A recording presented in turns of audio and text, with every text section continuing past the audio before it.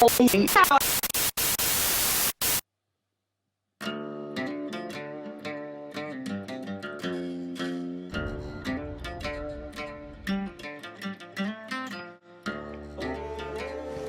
story is here on Tucker Hollow Road. In 1893, a young woman named Dorothy Ellen Cole was found murdered up here. She supposedly was a cross-dressing prostitute. In other words, she dressed like a man. In the legend, she wore men's clothing, she had brown hair, and she was found murdered. I guess she was walking through these woods as a shortcut, and nobody ever found the murderer or ever solved the crime. The stories have become intermixed. You have a supposed witch on Tucker Hollow. It's interesting that people have changed everything. They've intermixed great people out here, great stories, but they've mixed them up. You'd hear that, well, she was a prostitute, then you'd hear she was a witch.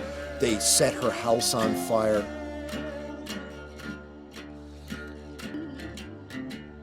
Then you have some stories that say, well, Dorothy Ellen Cole was a vampire.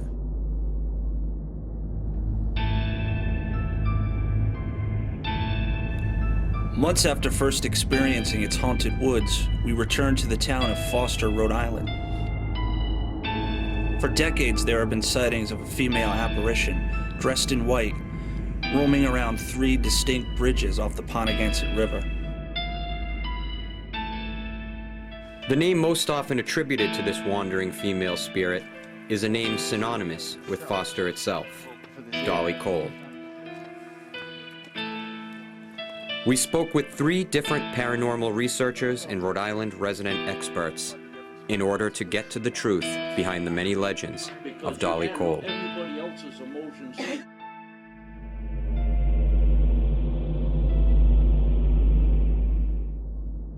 We started our search here, at the Hopkins Mill Pond, where Haunted Rhode Island author Tom D'Agostino had his first ghostly encounter.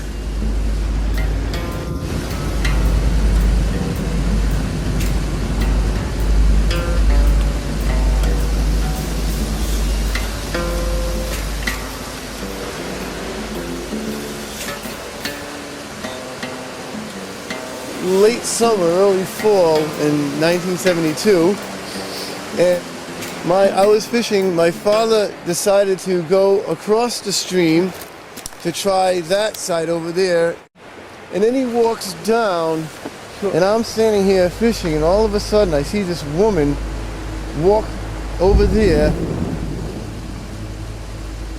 and she's wearing like white, like a long white, just like a day dress, like you would wear a long dress like if you were just working out, you know, in the 1800s, let's say, with bare feet in a wooden bucket. And I'm thinking, where did he take me? I'm kind of like, wow, who are these people? You know, do they have electricity? They walk around like this. It looks like the Beverly Hillbillies and, you know, that kind of thing. So she dips down, grabs the water from the bucket, and I'm staring at it. Now, at this point, I could have, like, you know, a 40-pound fish on my hook, and I wouldn't even know it. I'm just like, wow, who is this person? And she walks down toward where my father was. Maybe a minute later, my father comes walking back, and I'm like, did you see that girl over there? He didn't see anything. And that's when my first encounter. Then a year later, I read that article in The Observer by Joe St. Pierre saying that it was Dolly Cole who was thrown off the bridge and, you know, whatever, dove in after her child. In the early 70s, an article appeared by reclusive paranormal investigator and writer Joe St. Pierre, detailing the supposed ghosts of Foster. In the 2-page report, he mentions an 18th century tavern worker named Dolly Cole as the possible ghost seen by that bridge. The article also acknowledges another female specter that appears there, who may have lost her child and her life by that very brook. And so I thought I had seen the ghost of Dolly Cole, because it happened right here. And for years I did. In some cases, the stream runs behind their backyard en route to Ramtail. And some of them have actually seen what looks like this woman walking by the stream or standing by the bridge. I've had 5 actual people in the last 4 years tell me this, that lived in this area or still live right here. More sightings have taken place at a nearby brook, bridge, and hill, all of which aptly named for Dolly Cole. No, but they said to us way back then, they said, no, that's Dolly Cole Hill because she walks on the hill. I wanted to see Dolly Cole Hill. I wanted to see Dolly Cole walking. We didn't see her. Longtime Foster resident and practicing witch, Pat Morgan, lives nearby. She used to meet the stagecoach when it came through. And when she met the stagecoach, she'd go running out to meet them. And that's what you're seeing on the hill. She would run out to meet the stagecoach, walk up the hill alongside the stagecoach when they take off, which was very slow. You could see that hill's very steep. And she'd talk to them a while, and then she'd go back to the house. It was no big deal. It was like nothing. But everybody called it Dolly Cole Hill because you would always see her out here. Then she kept appearing to people, so what can I say?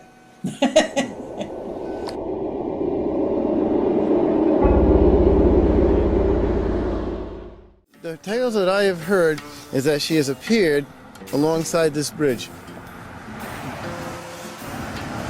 And a few people I've heard it from, lived in the area, of course. I've never seen Dolly Cole appear here. As a matter of fact, I've never even seen a living human standing over here. So it's still a matter of conjecture to me. A third location is the Ramtail Bridge and Swimming Hole, where even more Foster residents have supposedly seen the elusive female phantom. We decided to test the myths surrounding Dolly Cole with paranormal researcher Andrew Lake. And I just kind of like, not trying to sound too informative, I was like, yeah, I know what you're talking about. Off Ramtail Road, he goes, really strange. He goes, never mind. And he tries to blow the story off. I'm like, no, I'm interested in the weird and the unusual. Why? What happened? He goes, well, you're gonna think I'm nuts. I said, no, really, please, tell me the story. So he goes, okay. He said sometime it was like about the late 80s, like 87, 88, I believe he said. He was here with 2 of his friends fishing. Because as I mentioned, this is a wonderful spot to fish. A lot of people come here and fish. And he said it was in the summertime. It was right up just before sundown. He said there was still plenty of light. And we figured, let's cast off one more time. He said they cast their lines into here, into the old swimming pool. And they were just sitting there. He said the water was fairly calm. And all of a sudden, the water began to bubble and turn. And he and his friends were just standing there, holding their poles, looking at it, trying to figure out, why is it doing that? And they're thinking, school of fish, snapping turtle about to come to the surface. He said, but the water was like turning and just like bubbling in this really weird way that he's never seen the water do that in all his times fishing. And then I could see, you could see him reliving the story. You could see the fear and apprehension in his face. And he actually stopped himself and goes, you're going to think I'm nuts. And I'm like, no, you've got my attention. What happened? And he pauses for a good, 15, 20 seconds. And he goes, out of the water came this milky, smoky-like substance. And it just kept coming up real slow, up out of the water. And he said it took a vague female human shape. And it just hovered above the pool in the center. And then it just floated off into the woods. He said, my friends and I were so scared. He says, we grabbed our equipment. He said, I think I left stuff behind. We ran out of there so fast. He says, I don't care how good the fishing is there. I've never gone back.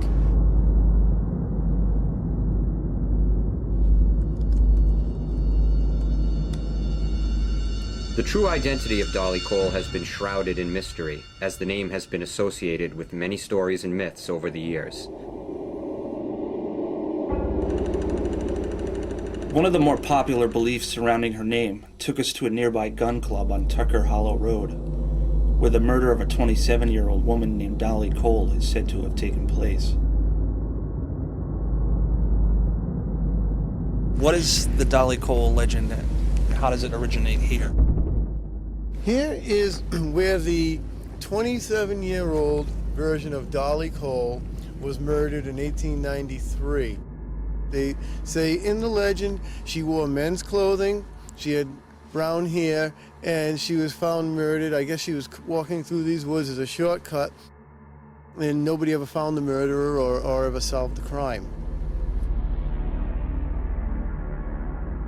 Of course, there is a speculation on it that it was never even brought to light in the news because of the hype with the trials of the Lizzie Borden case. You would have thought they would have even had just a little clip or something in a Foster paper of Dolly Cole, but nothing on Dolly Cole being murdered.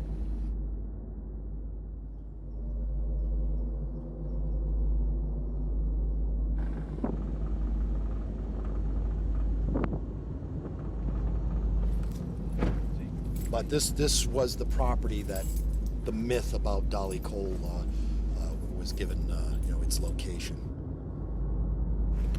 As the myth goes, the story is here on Tucker Hollow Road. In 1893, a young woman named Dorothy Ellen Cole was found murdered up here. She supposedly was a cross-dressing prostitute. In other words, she dressed like a man. The story is that, if you try to look it up, you're not going to find it mentioned in the papers because the Borden case pushed everything out of the local papers.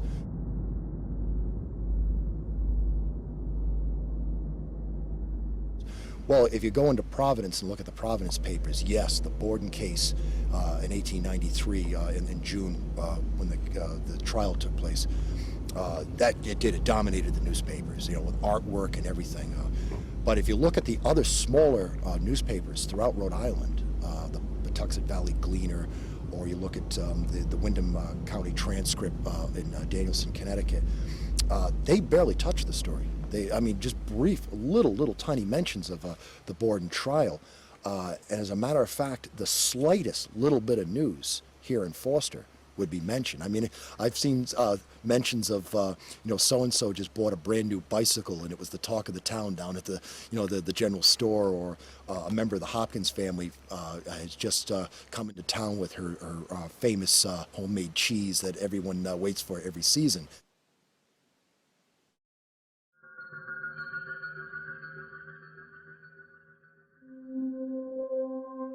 And as I said, a member of the Hopkins family who's been connected with this gun club and the property all his life, as open-minded as he is about ghost stories, he says, I've never, ever heard of a story about a woman haunting the property. He said, I would know about it because all those stories were passed down through the family. I just thought it was a convenient place for somebody to create a myth so people couldn't go look into it because, well, it's on the property, gun club property, who wants to get shot? In fact, if we were here on a day where it wasn't too cold and people felt like shooting, you would be hearing the blasts going off. Of course, they're a safe distance away. They're shooting on a range, but this is the area of the gun club right around here. Luckily, it's not hunting season. Right.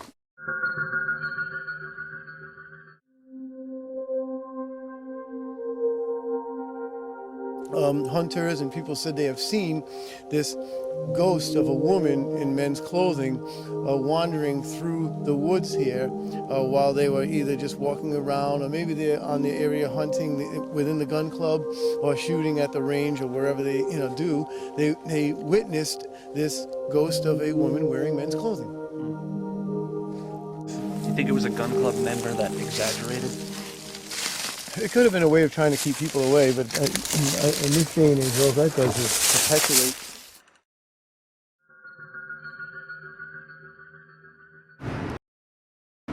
In all research and a public record that's available for anyone, you can go to the Foster Town Hall, you can even go to Gloucester and Situate, where a lot of the Foster records are kept. And there is no actual mention anywhere ever of a murder of a 27-year-old woman named Dolly Cole in 1893 in any of the records, papers, or whatever like that. So where that came from, I do not know myself. There could have been some sort of murder, or someone else found, or maybe someone who had died in the area. And, stories circulate. If you start a story at one end of the cemetery and we have 50 people, by the time it reaches the other end of the cemetery, it's not even anything that you would recognize of telling somebody. And then I heard, the story was don't go looking for her records or anything like that, because the 1938 hurricane destroyed all the early records for the town, and so on and so forth. Well, when I started doing the research, the first thing I found out about is the town has all its records from day one. The records were not destroyed. I also found out that there never was a Dorothy Ellen Cole, but there was a Dorothy Cole, Dolly Cole. As the legend of Dolly Cole began to unravel itself, we started to question the stories surrounding her name. Stories connecting her to witchcraft, prostitution, and even vampirism. Was there any truth to these myths? And would we ever find the true identity of Dolly Cole?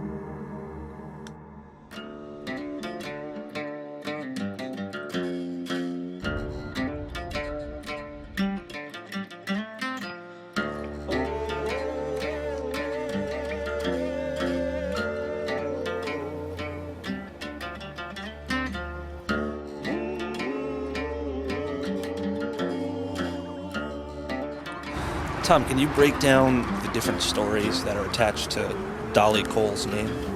Basically, I guess a lot of the stories revolve around the fact that she was a witch. She was a vampire. I guess being a witch or something and a vampire, they threw her son off the bridge and she dove in the water to get him and died. She was basically a woman who wore men's clothing, and she was a murder victim at the age of 27 around 1893. So you have all these stories, and then of course you have tons more that we probably never even heard of. But it's funny how these urban legends grow. And when I started to look into it and I realized I was dealing with a myth, I found what was more interesting is there were legitimate ghost stories and stories of the unusual that had been brought in, stuck together into like one ball of clay and given the name of a famous resident.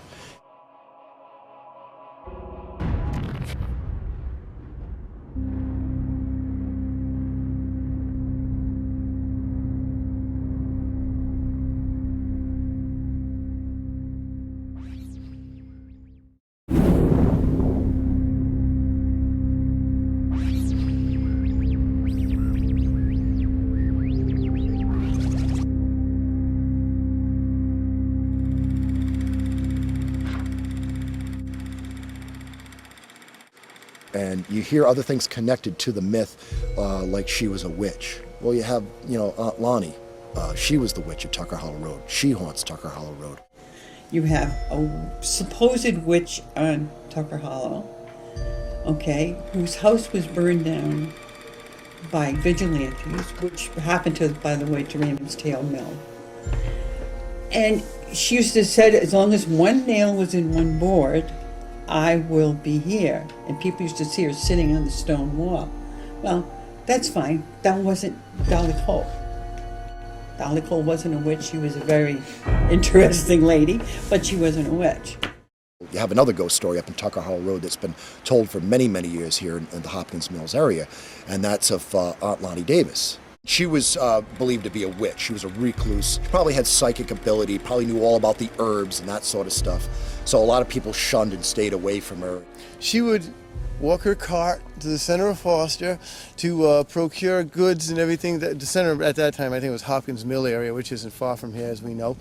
And she'd procure her goods and walk back. And if anyone ever asked us, "Oh, can I give you a hand or help you?" she didn't want to hear it. Before she died, she told the men of Hopkins Mills, she said, when I die, no one's going to live in my house. I want the house ripped to the ground. And she lived here on Tucker Hollow Road, that when she died, nobody shall occupy her house. It must be torn down, and no two boards shall remain nailed together. If this was not met, the house would be not only haunted, but she would haunt that area. They left the house standing for a few years, and people would go up to check out the property and say, "Oh, maybe this might be a place I'd want to buy," and they'd get attacked by her ghost. A lot of people would say that she'd come up behind them and breathe icy cold air down the back of their neck, or slam doors, or tell them to get out, that sort of thing. But people walking by would get this icy chill. They'd feel like a cold chill down the back of their neck. They'd hear the voices in their ears and talking. It eventually got to the point where the people at Hopkins Mills were like, ooh, I guess, Aunt Lonnie's still around, we better do something about it. And they did go up there and they pulled her house down.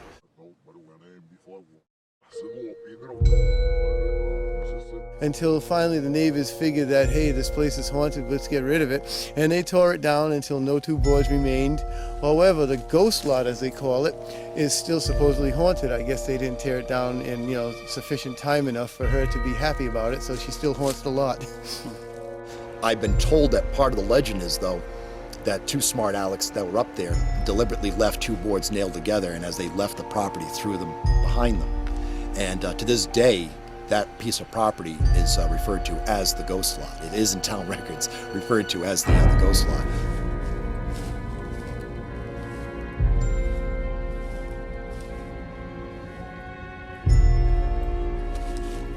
Yeah, that is cool. She's an actual historical character. She is an actual historical character, another wonderful piece of legend and folklore in the essence of haunted Rhode Island.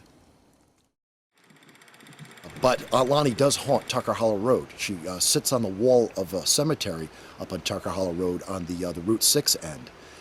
People have said they've gone by and seen a very strange old woman sitting up on the wall, and when they've gone to do a double take, she just isn't there.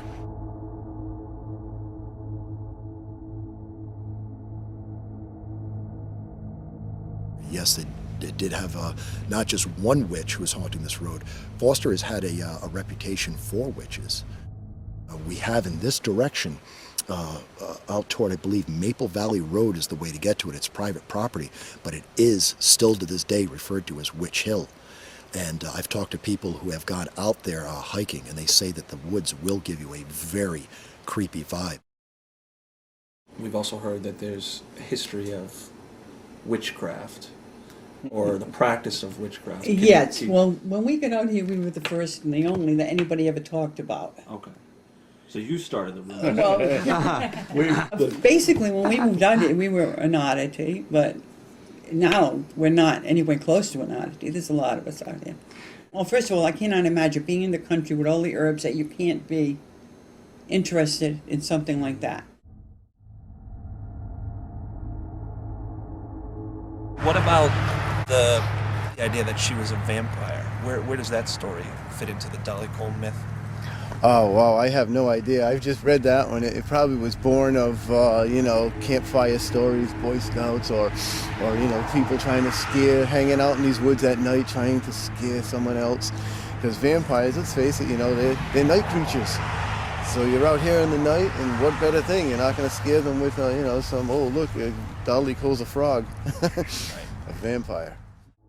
Then you have some stories will say, well, Dorothy Ellen Cole was a vampire. Well, no, she wasn't. That's Nancy Young, who was on the other side of Foster. One of Rhode Island's vampires was Nancy Young. So you have that story. So people start sticking all these things together. And the reasons why people were trying to say that Dolly Cole was a prostitute haunting up there on Tucker Hollow Road is there is a ghost of a prostitute in this town. There is an old house up on that side of Foster that used to be a brothel, and it was a horrible brothel. The women were treated very badly here. And one of the girls was known to have been killed. I was told a story by the town historian that she said her father used to run a sawmill down near Moosehead Valley in the southwest corner.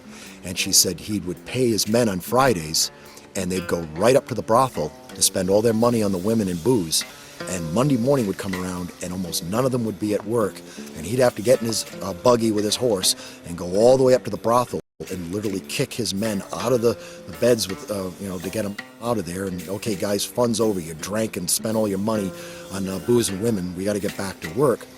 Yeah, but one day he came up on a Monday to do this ritual, so to speak. And there was a 15-year-old girl sitting on the steps crying. And when he asked her what was wrong, she said she'd been out there all night because they left her outside all night. And the reason why they did that is she had responded to an ad in a paper in Providence looking for waitresses for this establishment. And like a young fool, she took the train out of Providence, came to Foster to take this waitressing job at what she thought was, a restaurant and inn, and found out that she was being trapped into a brothel. And because she wouldn't go along with it, they just said, fine, you'll spend the night outside.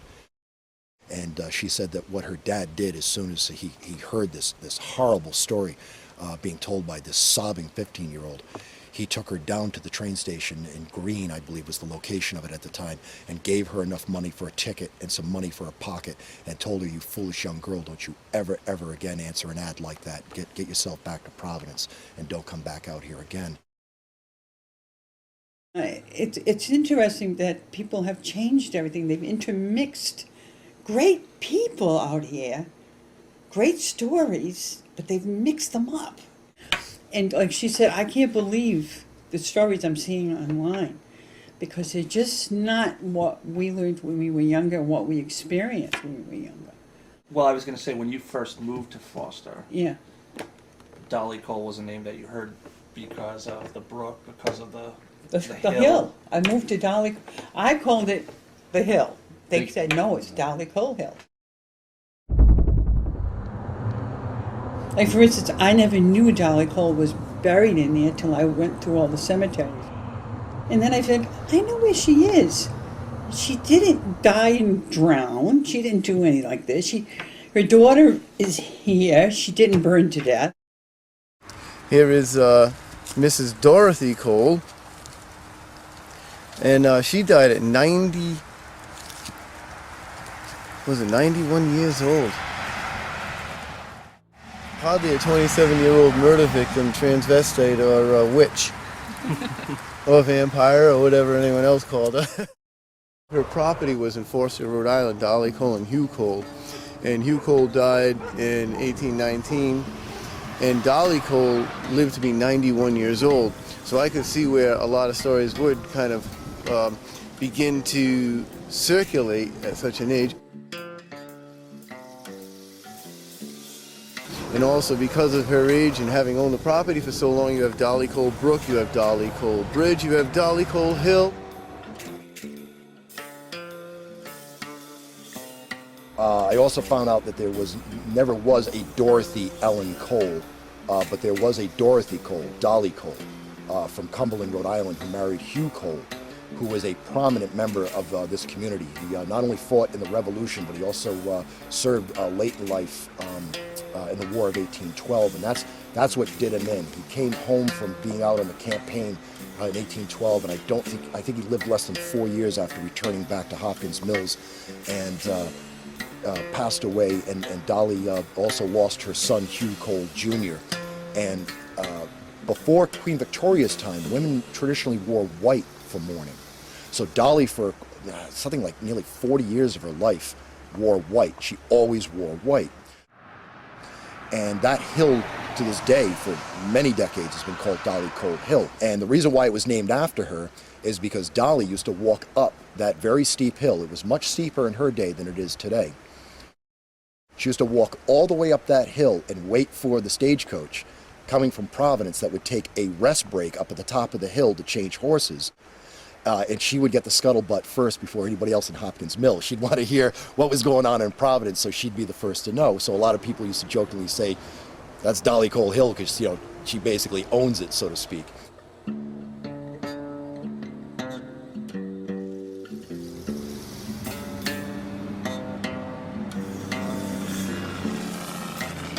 But by the time she had passed away in 1860 of natural causes at the age of 91, they had named the brook by her house, Dolly Cole Brook, and it does run down and intersects down here with the Ponagansett.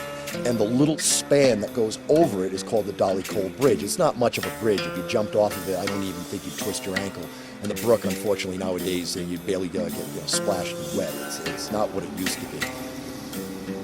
But this is the Dolly Cole Bridge. Okay. And this is where she's seen in this area as well. So you've got Dolly Cole Hill, You got Dolly Cole Hill, Dolly Cole Bridge. Dolly Cole Bridge, Dolly Cole Brook. The fact that all these things are named after in Foster, does mean she was a woman of prominence. Yes, the fact that all these things are named after her in this town means that she was a woman of prominence, or the family of prominence. So if a member of the Cole family had been murdered in this town, I mean, the Coles were masons, they were movers and shakers in this community, they served in the military, they were people who made things happen in this community. And if a member of their family had been murdered, oh, there would have been an uproar. There would have been men mounting horses, and they would have been looking for this killer. And also the idea that a member of the Cole family would have been a prostitute is just absolutely obscene. And the idea of a young woman in that day and age being able to walk around in men's breeches, that wouldn't have been tolerated either. So it really is a fabrication. But her house, where her house stood, is still there. After her death, it was purchased by the Walker family. And I believe by the time it was passed on to the son of the Walker who bought it, there was a house fire. And they say that only a little bit of her house still exists incorporated in that house there at the bottom of the hill. It's like, I'm told it's like the back side of the house, there's like a part of it was like incorporated into the newer structure. What exactly it is, I don't know. I don't know if it's just the back wall, a staircase, but it was in the hands of the Walker family. I think it was the son of the original Walker who bought it, and there was a fire, and that comes into the Dolly Cole myth as well. You have the story that, well, Dolly Cole was a witch, and they one day converged on her house and they burned it to the ground. No, her house did burn, but many, many years after she passed away. And the story was they didn't converge on the witch's house to burn it down. They converged on the witch's house after the witch was dead, Aunt Lonnie, and took the house apart. But again, it's all these little pieces of other stories that get lumped into this one legend. So she was not a witch. The house wasn't burned down by angry people. It was, probably a chimney fire, and then was rebuilt.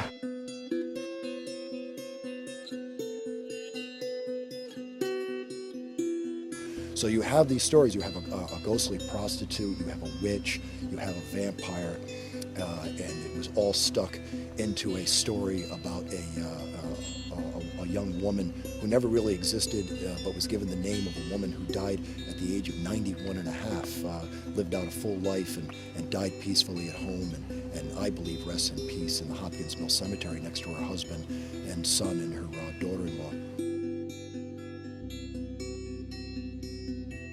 The search for the truth behind Dolly Cole led us to believe she rests in peace in Foster.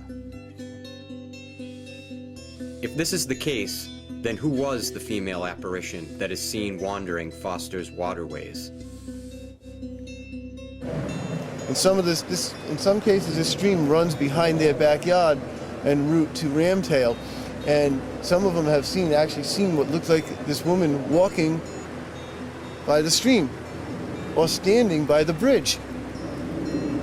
And a couple of them was, I've had 5 actual people in the last 4 years tell me this, that lived in this area or still live right here. Does this connect to the Ramtail? Yeah, this goes right down through, across around, and this is the water that will be at the old Ramtail factory in a few minutes.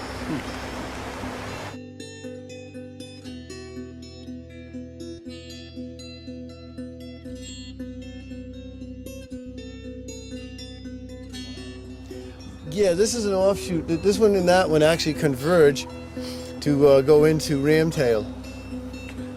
So if a body did drown there, it's likely that it could wind up at any of these spots. It could wind up, well, it could definitely wind up near Ramtail. It would definitely wind up near the Ramtail factory. And either one, if you let a little, whatever, a plastic boat or something, they're both able to flow from that section and this section, they'll converge right near the Ramtail factory. It's pretty interesting.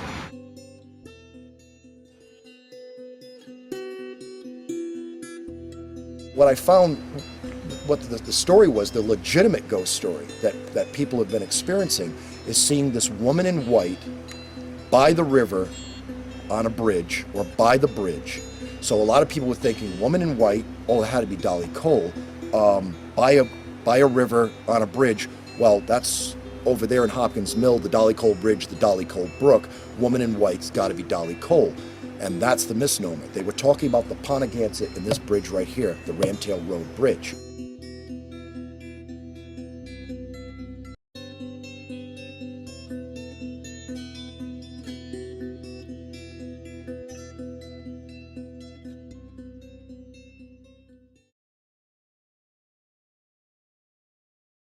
But in the days of the Ramtail, and well after the time of the Ramtail factory, when it was over and done with, this was very, very flooded. This was much deeper, and people from the Ramtail and Hopkins Mill community used to come here and swim on summer days. I was told by Keith Johnson when he was a kid, they used to swing off on a rope swing and then let go and go into the pool. He says, but the cops probably saved our lives by cutting it down, because it was like, you guys are going to get hurt doing this. And I found out, and Keith was one of the people that backed this up, they used to refer to it as the sucking muck. And they used to tell the kids that if they ever came down, so you can't go down there by yourself, you have to go down there in groups. And don't dive into it, because if you get stuck in that muck, you could drown. So Foster is a very haunted town, but where we're standing right now is probably ghost central for the town. I can tell you many, many ghost stories about Foster, but people to this day are still seeing this ghost. She was probably a preteen with a bunch of her girlfriends from the Hopkins Mill area. And again, it was a summer night just before sunset, and they were just gathering their towels and their flip-flops and everything by the beach. She said, we were just standing there getting ready to go home to have dinner. And she said, under the bridge, we watched this weird white mist form and just condense. And then it moved like it had a mind of its own and went into the middle of the pool and then formed into a vague column and then floated off into the woods. She said you could imagine all us little girls just screaming our heads off, grabbing our towels, and fleeing from the site because they had heard the stories that the pool was haunted, as well as the Ramtail property being haunted. So they had no doubts, because she said the weather just did not allow for fog and mist. It was a beautiful, calm summer night. And she said, and just the way it formed, you felt there was just something not natural about it.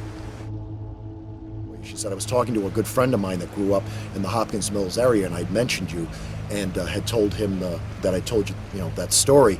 And he looked at me without batting an eye and said, I absolutely believe you. He said, because the same thing happened to me and 3 of my buddies when we came down here. But it came up out of the water like it did for the fisherman. It didn't form under the bridge. So those are 3 stories that I find very compelling, and all of them took place in the summer, just before sunset, on very calm nights, not on rainy, misty, foggy nights or anything like that. Very beautiful, peaceful nights. So I know of 3 stories that in all we're probably talking close to a dozen witnesses now within, since the 70s and 80s of people who have seen this.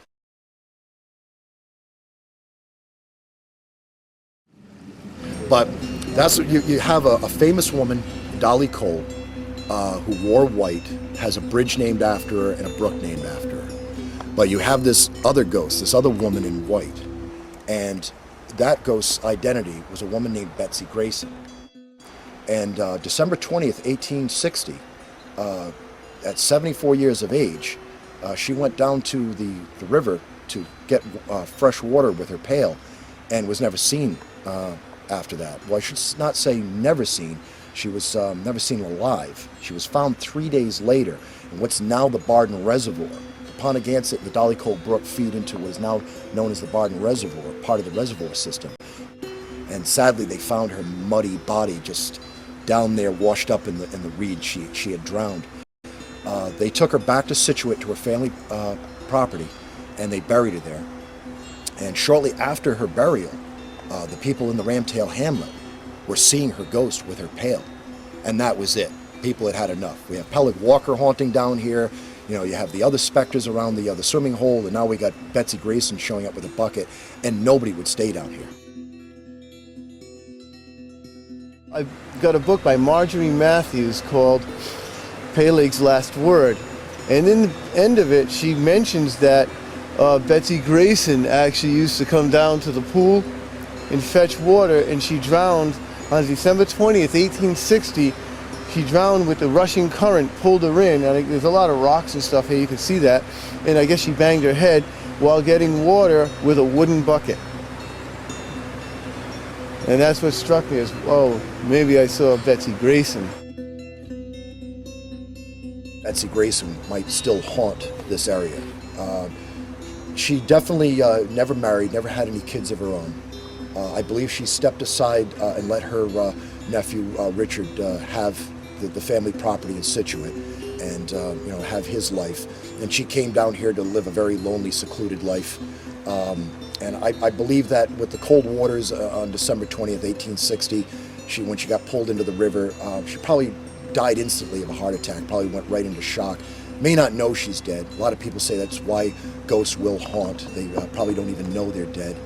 She may be lingering, hoping for some happiness in life. So now, this woman, Betsy Grayson, is the ghost that supposedly haunts Hopkins Mill, but because it's in Dolly Cole's area, the land she owned, I think that's been attributed to her name. Again, there's that factor that every time there's a haunt, they take the most famous person and they stick that name on that person, and next thing you know, that's the person haunting the place, whether it is or not. But then again, there is something about this area that may charge these haunts. There might be something about the running water, maybe the high concentration of granite and quartz. Some people talk about the stone tape theory, playing these hauntings over and over again. But there definitely has been a lot of tragedy in this very area. The successful but yet failed business of the Ramtail factory. The drownings that took place here at the Ramtail swimming hole. What it is, some people may say the land is cursed because a lot of the locals felt that. It might be the geology of it. Don't know, but this probably is one of the most haunted areas in all of Rhode Island, and these haunts still exist to this day. There are people still claiming to see, the specters around this pool, the phantom lights that I personally have witnessed in this woods. I had one local ask me when he saw me coming out one night with my camera equipment, "What are you, nuts? I wouldn't even go down there in a car with my doors locked. Don't you know the reputation of this woods?" So for a very long time, this area has had a haunted reputation. And what's causing these haunts, what's generated these tragedies, I can't really say, and I don't think anyone can, but they are here and they're very real in the minds of people of Foster. Why do you think Foster has fostered, for lack of a better word, such a strange, kind of arcane, haunted history? Why?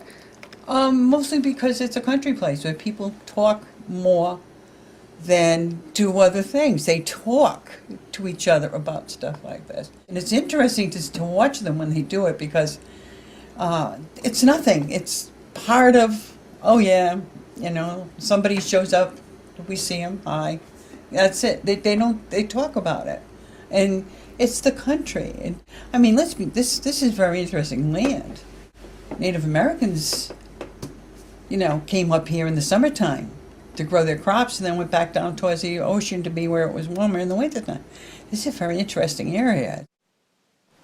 Yeah, this town was considered for many, many years to be like the Wild West.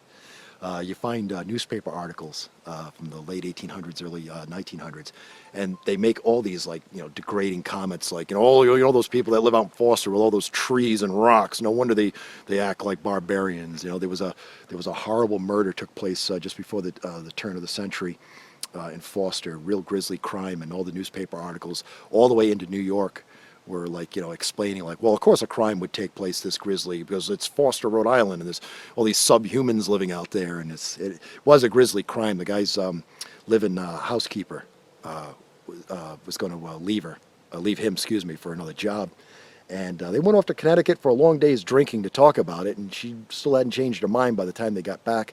So he stabbed her in the chest with a rather large knife, left it sticking in her chest, and then while she was on her knees dying, he walked into the kitchen, got the can of kerosene, poured it all over her while she was still alive, and set fire to her in front of 3 witnesses. The men of Foster wanted to hang him right then and there, and they had to lock him in a corn silo till the marshal could come from Kent County on the train and come collect him. So Tucker Hollow Road has a very long reputation of dark stories. Like the haunting on Tucker Hollow Road. That wasn't the witch. That was a woman murdered. And she ran around from tree to tree screaming, but there was nobody there because there was no houses in there at that time. And he chopped her up, took her down cellar, stuffed her up under the stones of the fireplace.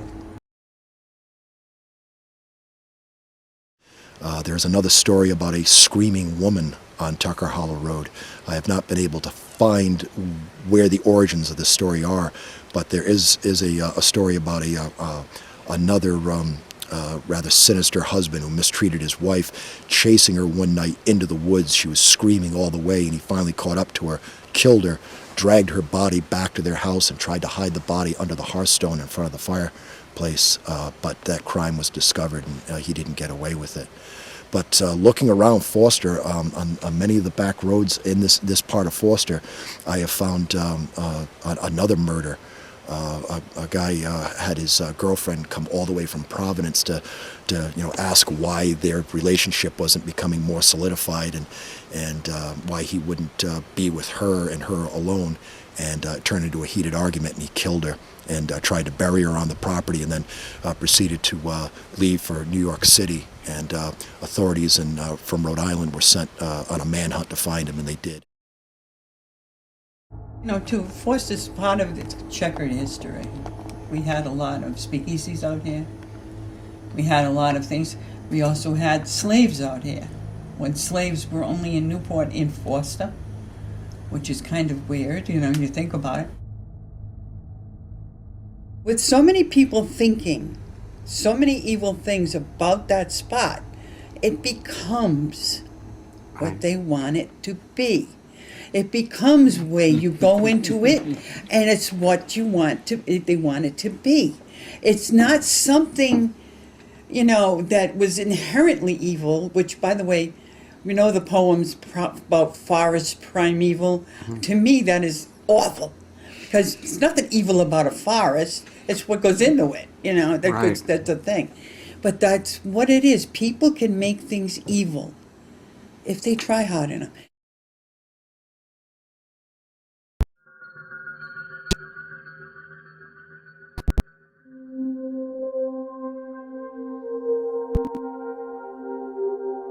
There was a true history behind the legend of Dolly Cole, buried beneath a century of campfire myths and urban legends.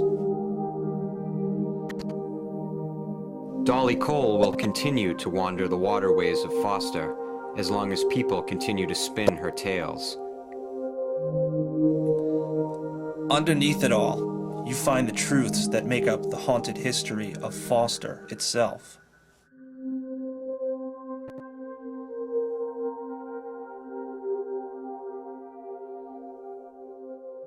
So it's got to the point where I'm not even surprised when somebody in Foster, Scituate, or the Gloucester area in this part of Rhode Island come up to me and go, "I've got a ghost in my house," or "My grandfather used to tell me this story." There's just something about this area, whether it be the history, the fact that the town does a very good job of preserving itself. There won't be any shopping centers, built around here. There won't be any big neighborhoods. They try and preserve these areas, which I'm very grateful for, because it's this natural beauty and the history. You have these historic homes. I mean, even the road right here that we're standing on, Pontiganset Road. I mean, it's basically untouched. It's still the way it was in the days when people were going down it in carriages. So there's just something about this town, its history, its makeup, the fact that it's so well preserved, that just seems to hold on to not only its natural beauty and its history, but its hauntings as well.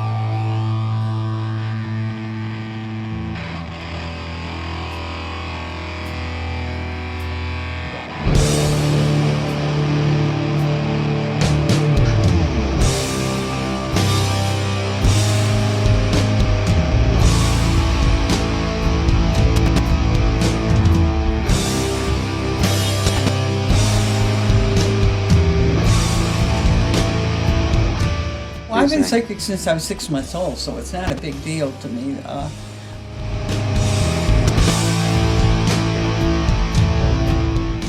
And he goes, you probably think I'm a loony. And I said, no. And that's when I broke the secret. I said, actually, I'm a ghost hunter. I'm a paranormal researcher, and that's why I'm researching the town.